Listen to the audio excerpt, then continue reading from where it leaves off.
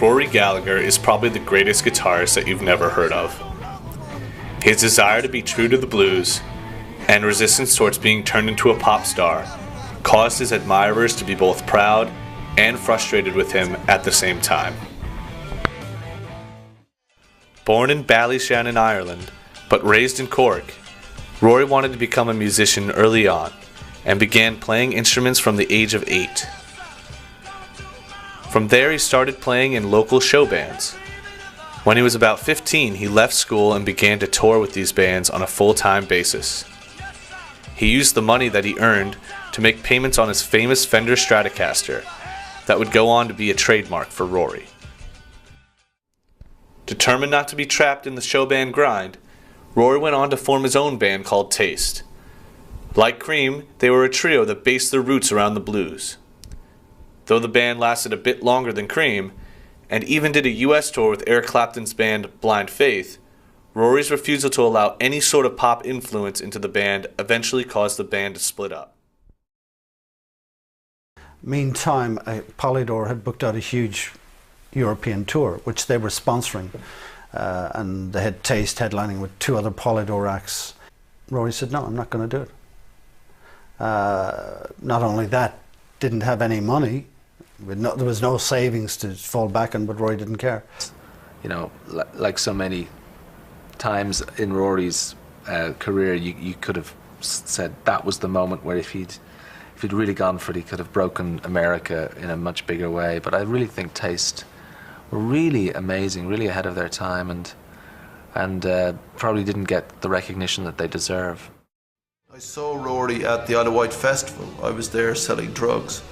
I was really tired because it was just endless, all day, all night practicing music, you know. I mean, really, I think that the gigs ran over so much. I mean, Leonard Cohen, who was headlining, came on at 2:30 in the morning.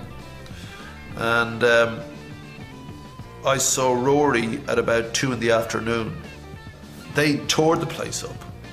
I mean, really, people just stopped collecting firewood for the night and scratching themselves getting up, and everyone just went in and they sounded brilliant. Whatever, they just got their sound together, you know.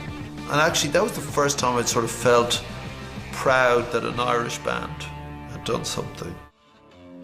Despite his distaste for the pop music scene, it didn't prevent Rory from being recognized for his talent.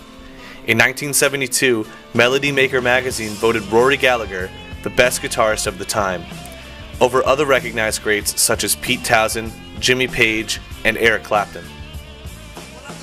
It was during this period that Rory enjoyed his highest amount of success. At one point, he was even asked to play with the Rolling Stones after guitarist Mick Taylor suddenly left the band. We were going to go there to record, and the night before we left, Mick Taylor said he wasn't coming and he was going to leave.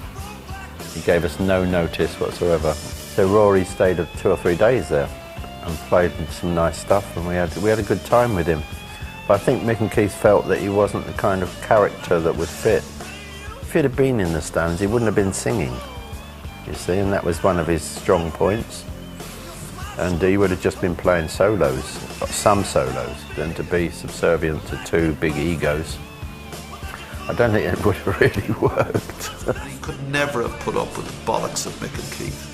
Never in 1,000 years. Though his popularity began to diminish as the years went on, Rory Gallagher continued to play shows and record albums until he passed away on June 14, 1995. Needing a liver transplant, he contracted an illness that his tour-battered body simply could not cope with. Tried absolutely every medical experiment they could, and the staff were fantastic to do that, and but sadly on the 14th of June 95 he slipped away. All I could do was look at his hands and look at his guitar and say, you poor orphan, you know, who's going to ever play you like he did.